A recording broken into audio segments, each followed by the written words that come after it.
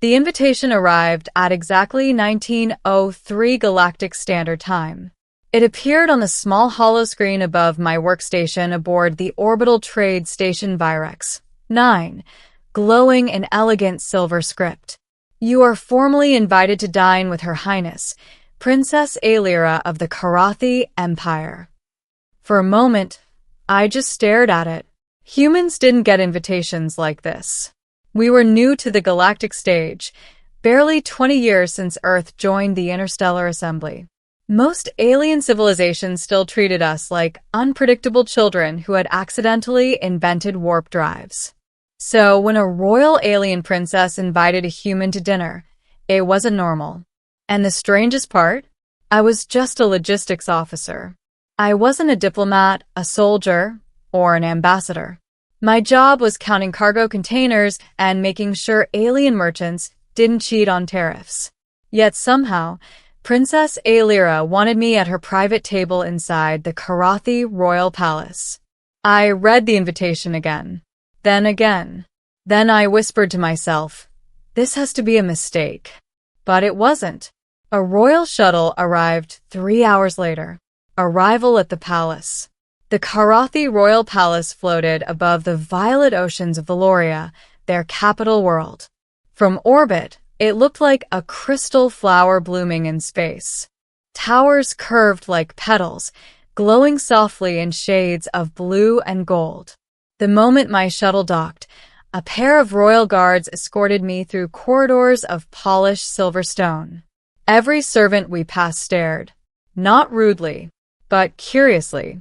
Humans were still rare in Karathi territory. Seeing one walking through the palace halls was probably like spotting a myth come to life. Eventually we stopped before enormous doors carved with ancient symbols. The guards bowed. Her Highness awaits. The doors slid open, and there she was, the alien princess. Princess Aelira stood beside a long dining table illuminated by floating crystal lamps. Karathi were tall and graceful, their skin shimmering faintly like moonlit water. Aelira's eyes glowed pale blue, and her silver hair drifted as if gravity barely touched it. She wore a ceremonial robe threaded with starlight patterns.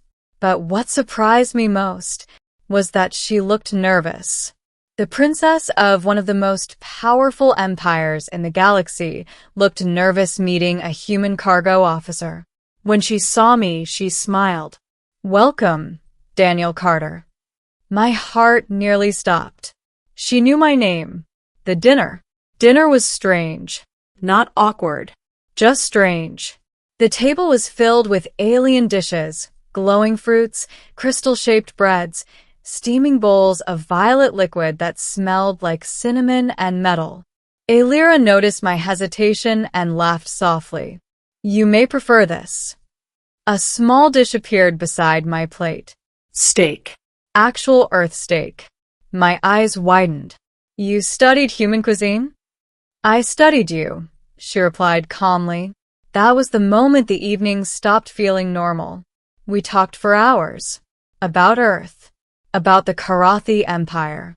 About war, exploration, and the strange similarities between alien cultures. But occasionally, I caught palace staff whispering in the hallways. Watching. Listening. Something about this dinner was making the entire palace nervous. Finally, I asked the question. "Your Highness, why did you invite me here?" The room fell silent. She looked at me for a long moment. Then she said something that changed everything. I needed to see if the stories about humans were true. The truth behind the invitation. "Stories?" I asked. Aelira nodded. "In our history, there are ancient prophecies about a species called the Fireborn Travelers." I blinked. "That sounds dramatic." "It is," she said. She activated a hologram above the table. Ancient star charts appeared. These records are over 10,000 years old. According to the Karathi archives, long ago, an unknown species appeared briefly in galactic history. They were explorers, warriors, survivors, a civilization that thrived in chaos adapted faster than any known species, and spread across impossible distances. Then they vanished. The Karathi scholars called them the fireborn travelers. Alira looked directly at me. And when we discovered humanity, we noticed something unsettling. What? She tapped the hologram. The star charts zoomed into Earth. Your biological adaptability, your psychological resilience, your strange instinct to explore dangerous environments. I laughed nervously. That's just humans being humans. Alira didn't laugh. Our scientists believe humanity might be descended from those travelers. I stared at the hologram. You're saying humans might be some ancient lost galactic species? Yes. Silence filled the room. Then she added quietly, and if that is true, the balance of power in the galaxy could change. Palace whispers. After dinner ended, Alira personally escorted me through the palace gardens. But something had changed. Every noble we passed stared. Guards whispered. Servants avoided eye contact. The entire palace knew about the dinner now, and rumors were spreading fast. I overheard fragments as we walked. The human, the prophecy. The princess chosen. I frowned. Why are they whispering? Alira hesitated.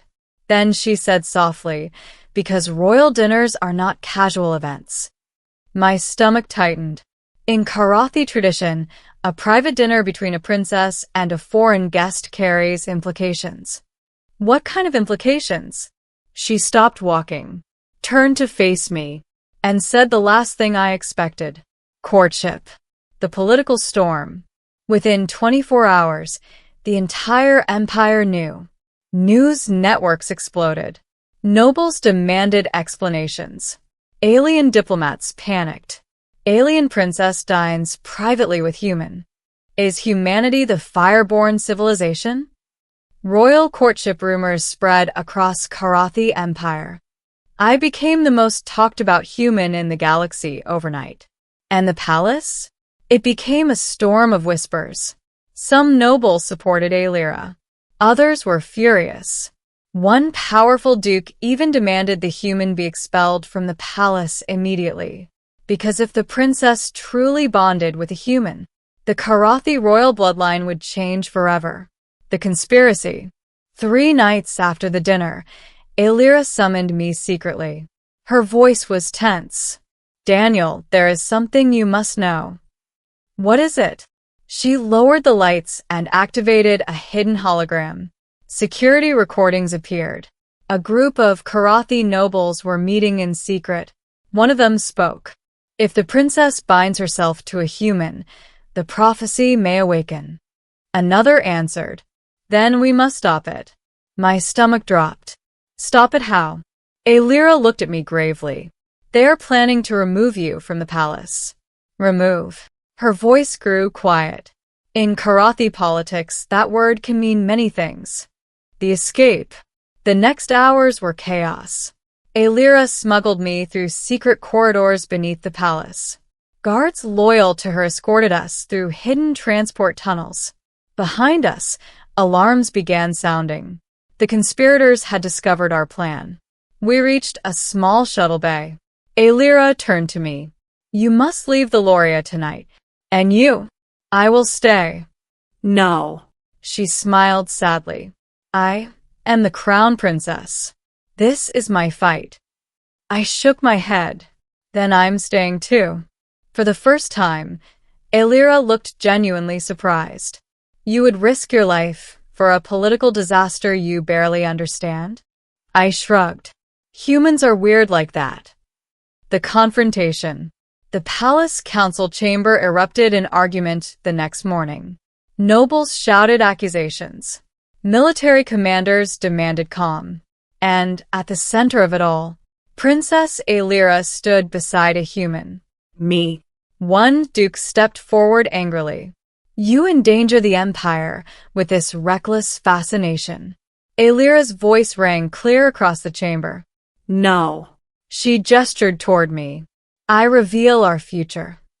Then she turned to the assembled nobles. For centuries, we feared the return of the fire-born travelers. The room fell silent. But what if their return is not a threat? She looked at me. What if it is an opportunity? Ending. The chamber remained silent for a long time. Then the oldest counselor spoke. If humans truly descend from the fire-born civilization, they could reshape the galaxy. Another noble added cautiously, or destroy it. All eyes turned toward me. I cleared my throat. Honestly, humans are still trying to figure out how coffee machines work in zero gravity. A few council members laughed despite themselves. The tension cracked. Slowly, the panic faded. Eventually, the council reached a temporary decision. Humanity would not be treated as a threat. Instead, the Karathi Empire would begin a formal alliance with Earth. And Princess Alira? She kept her seat beside me the entire meeting. Afterward, we stood together on a balcony overlooking the glowing oceans of the Loria. The palace halls were still full of whispers, but they sounded different now. Less fearful, more curious. Alira looked at the stars. You realize dinner caused all of this? I smiled. Best dinner I've ever had. She laughed softly. Then she said something that made my heart race. In Karathi tradition, a first dinner is only the beginning. Oh, yes. She looked directly at me. The second dinner determines the future. I folded my arms. Well then, Your Highness. What? When is dinner tomorrow? Her eyes glowed brighter. And somewhere deep inside the palace halls, the whispers grew louder. Because everyone understood something now. Dinner with the alien princess hadn't just changed one human's life. It might have changed the fate of the entire galaxy. And the next chapter had only just begun.